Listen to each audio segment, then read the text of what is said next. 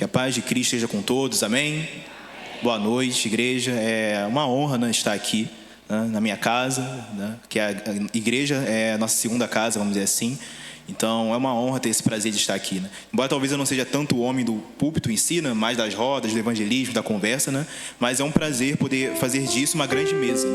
O meu desejo é que os irmãos possam sentir, receber e se identificar no coração com aquilo que primeiramente Deus falou comigo.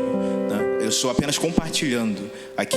Então que esse compartilhar possa encontrar eco nos corações de cada um dos irmãos. Obrigado a todos os amigos que vieram, o pessoal do Movimento Cristão Estudantil, família, venham prestigiar, não sou grato.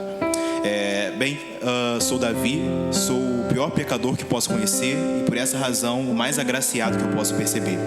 E hoje a gente vai falar sobre a carreira da fé. E para isso, abram as suas Bíblias ou acessem na primeira carta de Paulo a Timóteo. Primeira carta de Paulo a Timóteo,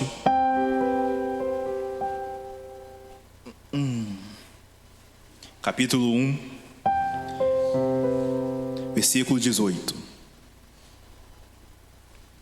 1 Timóteo 1, 18. Os irmãos apenas me acompanhem na leitura, ok?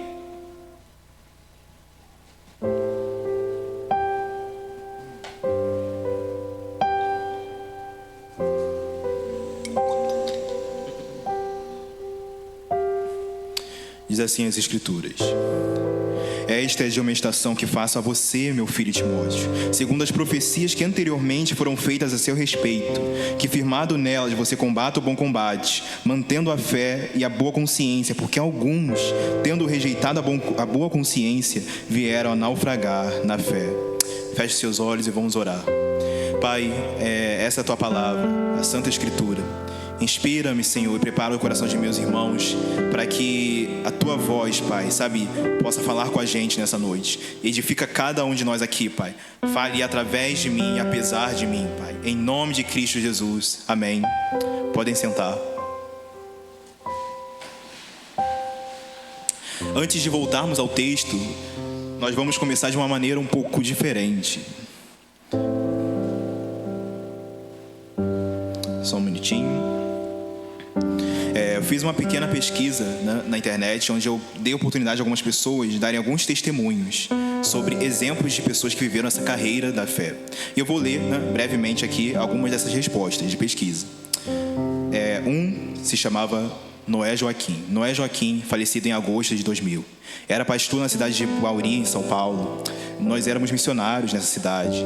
Eu saí de lá com câncer, em último estágio, mas Jesus me curou. É a esposa dele que escreveu, Mas meu marido voltou para lá e faleceu nessa cidade. É a chamada cidade que mata os profetas de Deus. Vi muitas mortes de missionários com doenças fatais, mas ele serviu a Deus lá nesse lugar.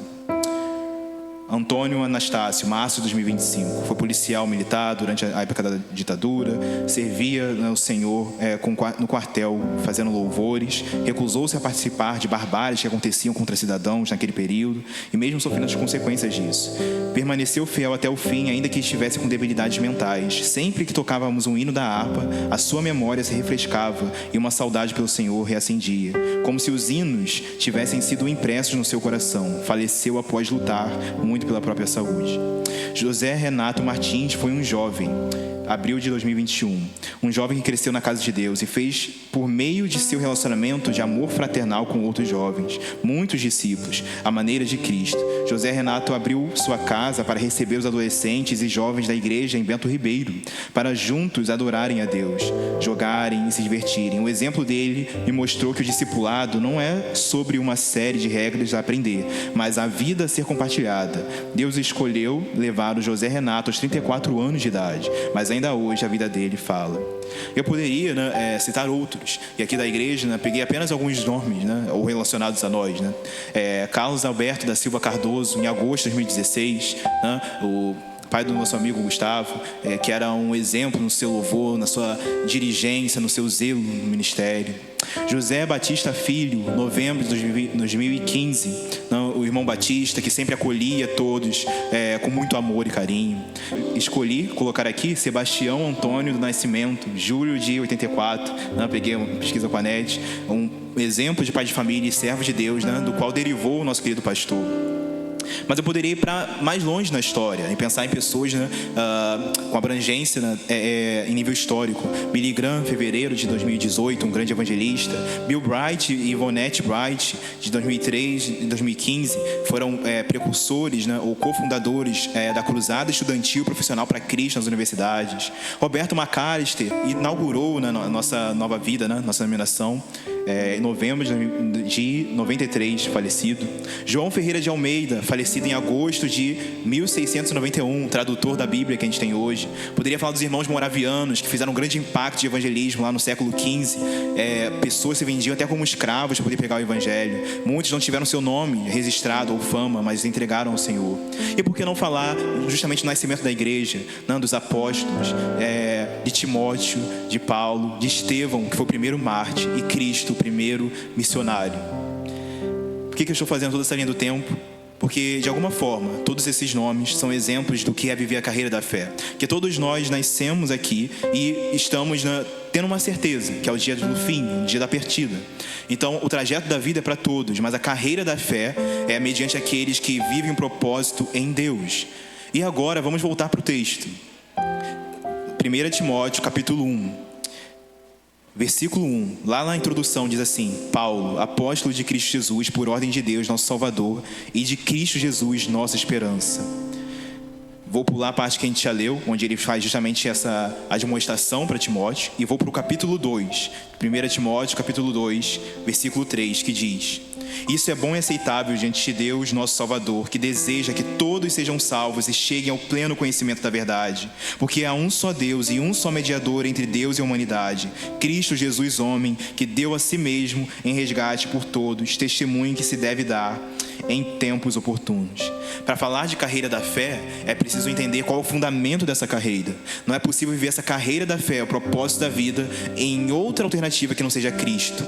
Não são militâncias políticas, ideologias, nada disso tem o papel de fazer o homem encontrar aquilo que realmente dá sentido e significado na sua vida, sabe? Aquilo que realmente dá sentido à sua história, somente o Evangelho. Então, Paulo, nessa admoestação que ele dá para Timóteo, falando: olha só, combata o bom combate, complete a carreira.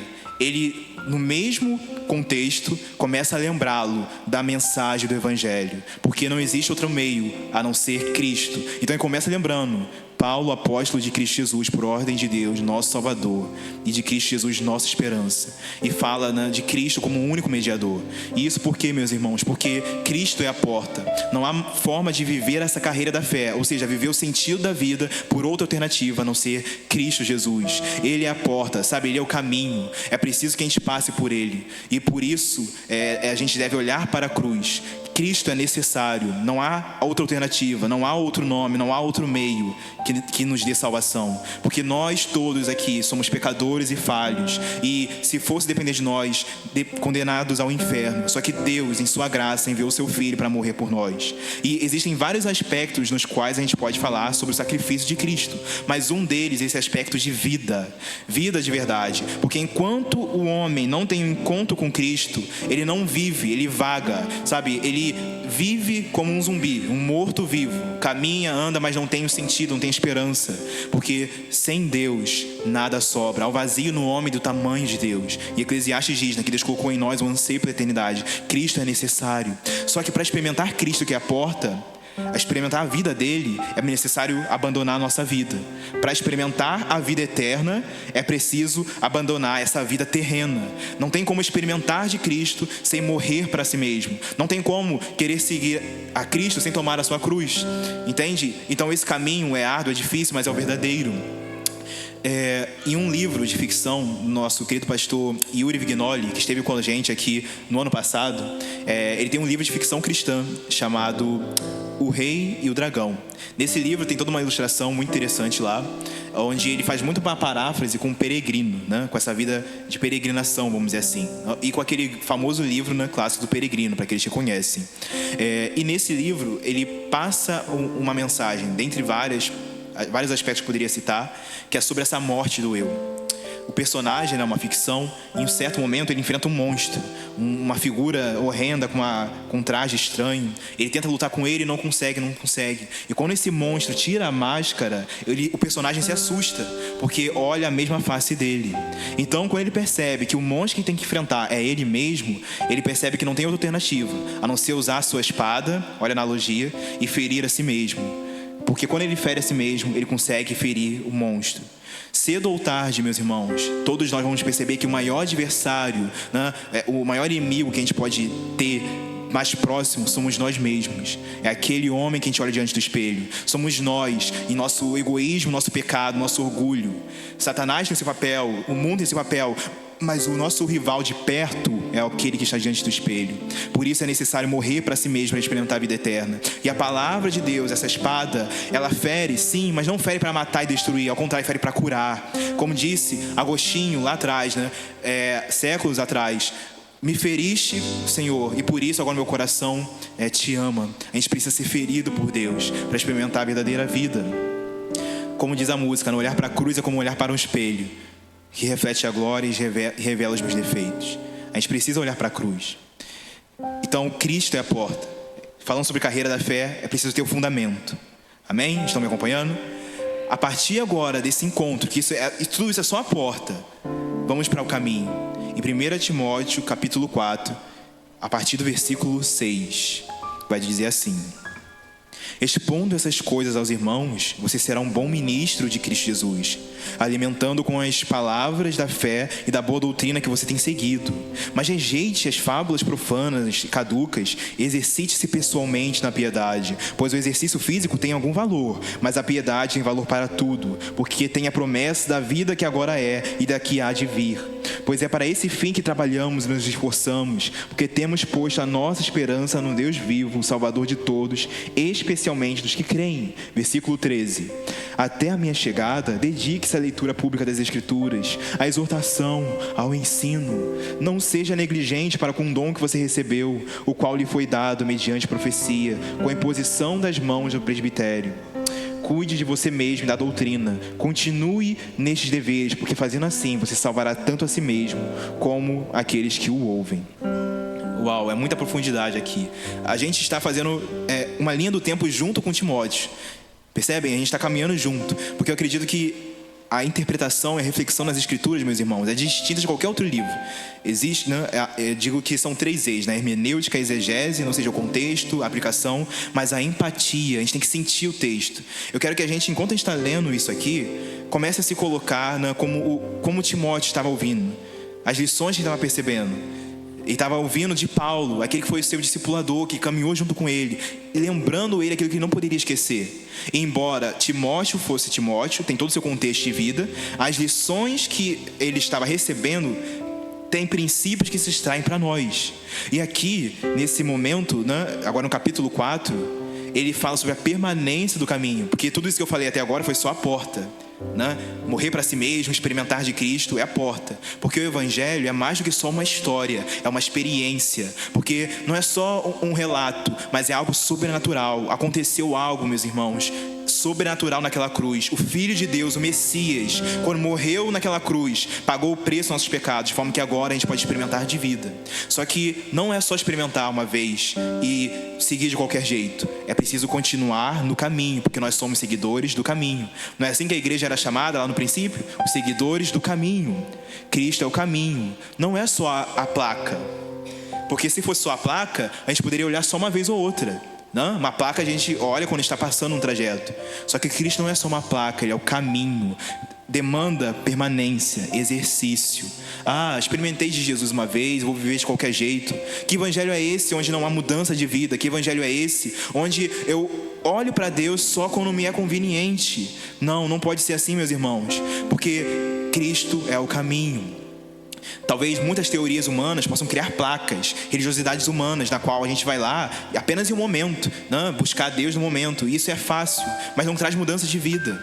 O Evangelho demanda permanência, e isso requer esforço. Ele fala que, Paulo faz até uma analogia com um esforço físico, e isso é muito interessante, né? Ele fala que, olha, o esforço físico tem até algum valor, mas o exercício da piedade, ou seja, essa vida diante de Deus, tem valor para a vida eterna. E essa analogia com o exercício é algo muito interessante para nós, né? A gente tem nosso amigo aqui que é de educação física e personal, né? Que é o Walter ali. Não tem como você querer ter um ganho físico da noite pro dia. Imagina, né? A pessoa não faz exercício algum e da noite pro dia ela fala assim: não, amanhã eu quero acordar com o melhor corpo, né? Fitness e tal. Aí eu vou lá, faço todos os exercícios possíveis, de noite pro dia não vai dar resultado, vai causar uma lesão.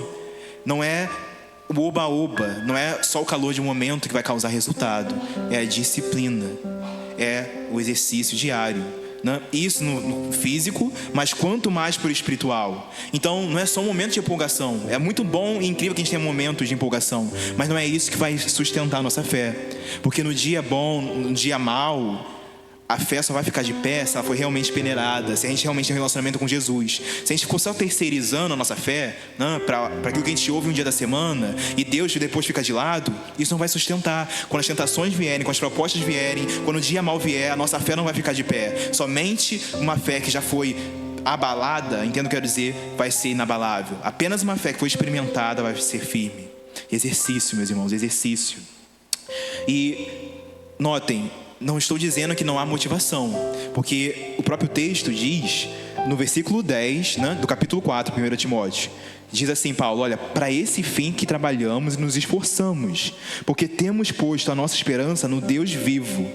Olha só, temos posto a nossa esperança no Deus vivo. Existe motivação, mas uma motivação que nos mantém na constância, uma motivação para a disciplina. É preciso ter paixão e amor, devoção ao Senhor. E parte da motivação é uma deixa que ele coloca aqui no versículo 16, onde ele diz: cuide de você mesmo, da doutrina. Continue nesses deveres, porque fazendo assim você salvará tanto a si mesmo como os que o ouvem. Como isso é profundo, meus amigos. Porque a gente permanece no caminho e de alguma forma, agora o mensageiro deve se unir, se misturar à mensagem. A mensagem é maior do que o mensageiro, sim ou não? Não, o evangelho é a causa maior. O foco não é nosso eu, mas a gente se mistura à mensagem, para que a nossa vida possa transmitir Cristo, possa transmitir o evangelho. A nossa vida deve pregar quem Deus é, porque esse mundo carece da glória de Deus. Esse mundo está no estado que está por conta da escuridão do pecado. O mundo aguarda com expectativa a manifestação dos filhos de Deus. Então a gente não vai viver para Cristo só por nós, mas também porque quando a gente vive Jesus, isso toca os outros. As pessoas que estão ao seu redor, sua família, seu amigo, aquelas pessoas que você mais ama. Às vezes a gente fala assim: poxa, como que eu vou trazer aquela pessoa para Cristo? Viva o evangelho, anuncie com a palavra e com a sua vida. Viva, faça aquela pessoa ver a luz de Jesus em você, de forma que isso vai contagiá-la. Mas agora não adianta eu querer trazer pessoas para Cristo se Cristo não é aquilo que me movimenta. Viva essa doutrina, Timóteo, ele diz, para cuidar de você mesmo, para que salve os outros. Eu gosto muito de John Wesley. John Wesley, ele vai dizer que a salvação é feita em 3 vias. Nós fomos salvos, estamos sendo salvos e seremos salvos. É aquilo que didaticamente a gente chama o quê? Justificação, santificação e glorificação. Mas a santificação nada mais é do que a salvação no presente. Porque, ok, fomos salvos, amém, glória a Deus. Só que, para que fomos salvos? Para ficarmos sentados simplesmente, sabe, em bancos? Não. Fomos salvos e regenerados para viver agora uma nova vida. O evangelho é a nova vida, é a transformação. E isso vai tocar os outros. A santidade é a expressão dessa salvação visível. Porque o que adianta? Tiago vai falar: acredito em Deus, mas eu não vivo isso. Se eu não viver, como é que eu vou manifestar? Não vai fazer diferença. É preciso que Jesus viva em mim. Para Ele viver em mim, eu tenho que morrer para mim. Mas a motivação que eu quero trazer para nós, meus irmãos, é que a santidade vai fazer a luz tocar os outros. Às vezes a gente fala de santidade e isso vai pelo aspecto do temor. E ok, o temor é um dos aspectos. A gente deve ter o temor diante de Deus. Só que o temor, eu diria que é a primeira fase. Porque o cristão maduro vai ser movido pelo amor. Lembra que está escrito? No perfeito amor não há o quê? Não há medo. No perfeito amor não há medo. A nossa motivação para a santidade vai ser o amor. Eu vou estar tão cheio de amor ao próximo que eu vou sim me santificar para manifestar Jesus. Exemplo prático na nossa vida. Estou com a minha família, estou com meus amigos. A minha santidade, no meu jeito de falar, no meu jeito de tratar, no meu perdoar, no meu acolher. Porque a gente às vezes coloca o evangelho de uma forma tão teórica, mas o evangelho encara a nossa vida. Esse estilo de vida tão real vai tocar as pessoas que estão perto.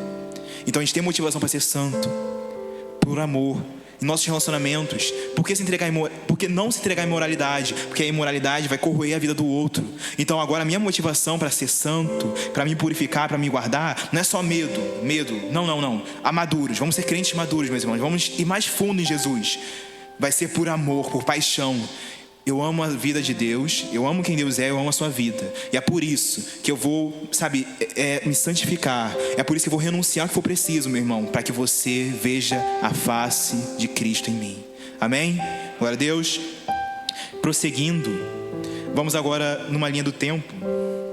No final dessa carta diz assim, no capítulo 6, 1 Timóteo 6:11: Mas você, homem de Deus, fuja de tudo isso. Siga a justiça, a piedade, a fé, o amor, a perseverança, a mansidão. 1 Timóteo 6:12 agora: Combata o bom combate da fé. Tome posse da vida eterna, para a qual você também foi chamado, e da qual fez a boa confissão diante de muitas testemunhas. Diante de Deus, que preserva a vida de todas as coisas, e diante de Cristo Jesus, que na presença de Pôncio Pilatos fez a boa confissão, eu exorto a você a guardar este mandamento imaculado, irrepreensível, até a manifestação de nosso Senhor Jesus Cristo. Agora, fazendo a linha do tempo, a gente lê o final. 2 Timóteo, capítulo 1, 3. 2 Timóteo, capítulo 1, 3, vai dizer assim: Dou graças a Deus, a quem desde os meus antepassados sirvo com a consciência limpa, porque sem cessar lembro de você. Paulo falando para Timóteo: nas minhas orações, noite e dia, lembro das suas lágrimas e estou ansioso por ver você, para que eu transborde de alegria. Lembro de sua fé sem fingimento, a mesma que primeiramente habitou em sua avó Lóide e em sua mãe Eunice. Estou certo de que habita também em você. Por essa razão, venho lembrar-lhe que reavive o dom de Deus que está em você, pela imposição das minhas mãos. Porque Deus não nos deu espírito de covardia, mas de poder, de amor e de moderação. Por meio do Espírito... pulei para o versículo 6, né? Essa parte que eu li, agora vou pular para o 14. Por meio do Espírito Santo que habita em nós, guarde o bom tesouro que lhe foi confiado. Aqui a gente já fez uma linha do tempo. Primeira carta, segunda carta, já passou um tempo, já em outro momento. Não é igual hoje que a gente pode mandar uma mensagem da noite para o dia. Interessantemente, Paulo escreve para Timóteo, né? Inspirado pelo Espírito, ciente do que ele passava, falando primeiramente: eu lembro de você. Como falei, tem um contexto, aquilo que se aplica a Timóteo é Timóteo, mas há lições e princípios para nós. O Espírito Santo inspirou Paulo para dizer para Timóteo que ele era lembrado nas suas lágrimas, na sua fé, na sua vida. E o mesmo Espírito que inspirou Paulo para que Timóteo soubesse disso, queria que a gente soubesse que ele era lembrado. Entende? Porque Deus é um Deus que lembra. Deus é um Deus de relacionamento, né? Em família, como igreja, e porque Ele em si é Pai. É belo lembrar que a gente é lembrado. E dentre tudo que Paulo queria lembrar Timóteo, ele fala: olha, reavive o dom de Deus em você. Versículo 6 da segunda carta: reavive o dom de Deus. Sabe o que é interessante? Ele diz reavive. Só dá para reavivar aquilo que já foi avivado. Só dá para relembrar aquilo que já foi, né, aprendido. A gente pode não ter exatamente todos os porquês, as questões da vida de Timóteo, mas ele era homem como qualquer um de nós, certo? Então, com as limitações, com os medos, a perseguição que eles passavam, muita coisa poderia ter acontecido com aquele rapaz. E nesse contexto, Paulo fala: reavive, relembre. Às vezes, na nossa caminhada, né, eu estou falando de carreira de fé, a gente vai tropeçar, coisas vão acontecer, e a gente não... coisas que não tem nosso controle. E por vezes a gente vai precisar relembrar aquilo que já aprendeu. Por vezes as circunstâncias vão tentar fazer a gente esquecer tudo aquilo que a gente já guardou de bom em nosso coração, a palavra que a gente ouviu. A gente está aqui nesse domingo, né, que é um dia incrível, mas amanhã começa a rotina, na terça, na quarta, na quinta. Daqui a pouco as pessoas, os momentos, as circunstâncias podem tentar fazer isso aqui ser perdido. Mas não, a gente tem que relembrar, permanecer, lembrar daquilo que já foi aprendido. E sabe o que é interessante? De tudo que Timóteo pode lembrar, dá para fazer uma menção aqui. Paulo estava com Timóteo quando ele escreveu a carta aos Tessalonicenses. Não sou eu que digo isso. Lá no capítulo 1 de Tessalonicenses, no versículo 1, no prefácio, diz assim: Paulo, Silvano e Timóteo à igreja dos Tessalonicenses. Ou seja, ele estava com ele lá. E nessa carta, que eu quero fazer uma leitura de um trecho aqui, diz assim, lá na primeira carta de Tessalonicenses, no capítulo 4, 1 Tessalonicenses, capítulo 4, versículo 1. Finalmente, irmãos, pedimos a vocês e os exortamos no Senhor Jesus, que assim como aprenderam de nós a maneira como devem viver e agradar a Deus, e efetivamente o estão fazendo, vocês continuem progredindo cada vez mais.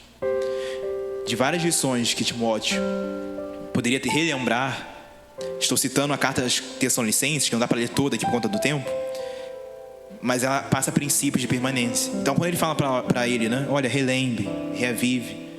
Timóteo estava com Paulo lá, nas viagens, estava com ele lá, quando escreveu as Tessalonicenses. Então ele deveria fazer esse exercício, de lembrar aquilo que ele mesmo um dia já falou para alguém. Na vida às vezes não é assim. A gente tem altos e baixos nessa caminhada cristã. Tem momentos que a gente está bem, tem momentos que a gente edifica outros. E por vezes a gente precisa ouvir o conselho que a gente deu para o nosso amigo, porque a gente é limitado e falho. Relembrar, reavivar, meus irmãos. E agora, caminhando para os momentos finais, em 1 Tessalonicenses, no capítulo 5, no versículo 5, diz assim: porque todos vocês são filhos da luz e filhos do dia. Nós não somos da noite, nem das trevas. 1 Tessalonicenses 5, 5. Como falei, tem um contexto maior que não dá para ler tudo aqui pelo tempo. Depois incentivo a lerem mais do enredo. Mas dentre tudo que Timóteo deveria lembrar está a paternidade de Deus. Meus amigos, o evangelho é sobre família. Deus é pai, não é um simples chefe. Não está preocupado só com rendimento, mas com relacionamento. Porque quando é só um chefe, quando é só rendimento, na nossa primeira falha, no nosso alto e baixo, acabou. Mas no relacionamento familiar não é assim. Não dá para desafiliar. Entende? Então, um dos princípios que aquele Timóteo deveria lembrar e que nós devemos lembrar é de que o nosso alvo é um relacionamento. Nosso alvo é Cristo, não é só performance.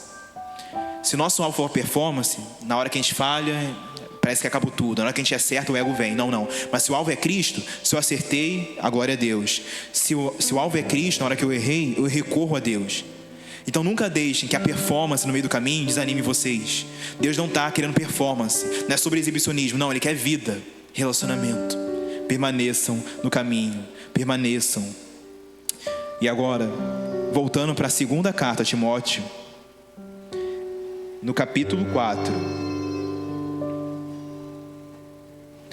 No capítulo 4, versículo 1, diz assim: diante de Deus e de Cristo Jesus, que há de julgar vivos e mortos pela sua manifestação e pelo seu reino, peço a você com insistência que pregue a palavra. Insista, quer seja oportuno, quer não, corrija, repreenda, exorte, com toda a paciência e doutrina. Pois virá o tempo em que não suportarão essa doutrina. Pelo contrário, se rodearão de mestres segundo as suas próprias cobiças, como que sentindo coceira nos ouvidos. Versículo 5: mas você seja sóbrio em todas as coisas, suporte as aflições, faça o trabalho de evangelista, cumpra plenamente o seu ministério. Aleluia.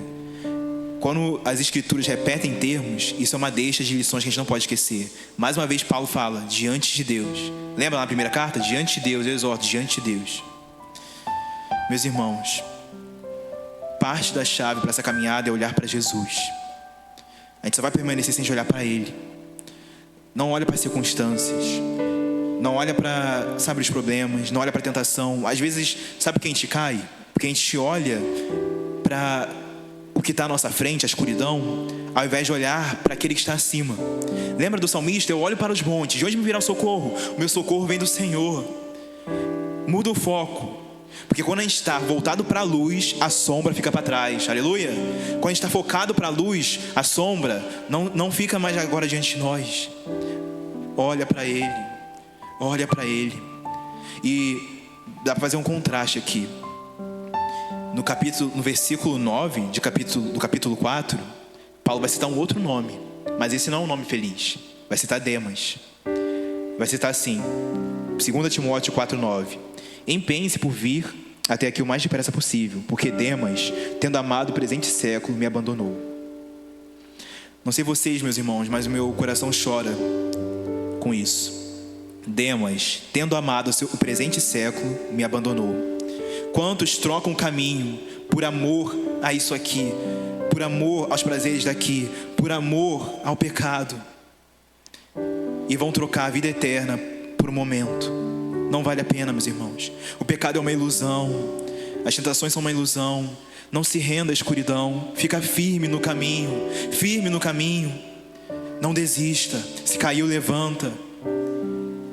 Não adianta entregar a sua vida para aquilo que não pode satisfazer. Só Cristo satisfaz. O vazio que a gente tem, ninguém, nenhum nome vai satisfazer.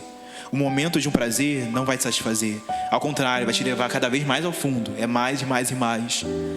Foge do pecado. A escuridão é uma mentira. Se segura em Jesus. Se segura em Jesus. Fiquem de pé, por favor. Aleluia. Que nós possamos não seguir o caminho de Demas, mas o caminho de Timóteo, meus irmãos. Essa é a diferença. E é por isso que Paulo está exortando ele com tanta paixão. Como falei, hermenêutica, exegese e empatia. Sintam o temor do apóstolo aqui. Sintam, sabe, a mensagem do evangelho. A gente está aqui hoje porque pessoas tiveram que morrer, sangrar, literalmente, para que as escrituras estivessem em nossas mãos. Como a gente pode negligenciar isso? Isso não é só mais um conto. O evangelho é real, Deus é real, o Messias é real. Há mais de 2000 anos a terra teve uma visitação. É real. E Cristo que veio uma vez vai voltar. Isso não é só mais uma história. É algo real. E a gente deve experimentar, meus irmãos. Não sigam o caminho de Demas. Não deixem as ilusões enganarem vocês. Não deixem. Mas o foco e a chave olha para Jesus. De tudo que eu falei aqui, tem uma coisa que talvez é uma chave para não esquecer. Olhe para Jesus. No meio da caminhada, vê a escuridão, vê a tentação. Parece que é impossível, na nossa força mas pelo Espírito Santo é possível. Mais a presença do Espírito Santo. Sem Ele a gente não é nada, mas com Ele a gente pode suportar as maiores adversidades, as maiores tentações, as maiores provações. Olha para Jesus, não olha para o problema, não olha para a tentação, olha para Jesus e você vai encontrar força, vai encontrar poder, porque existe poder que emana desse Cristo, vida demais para dar, graça demais para dar, meus irmãos. Aleluia.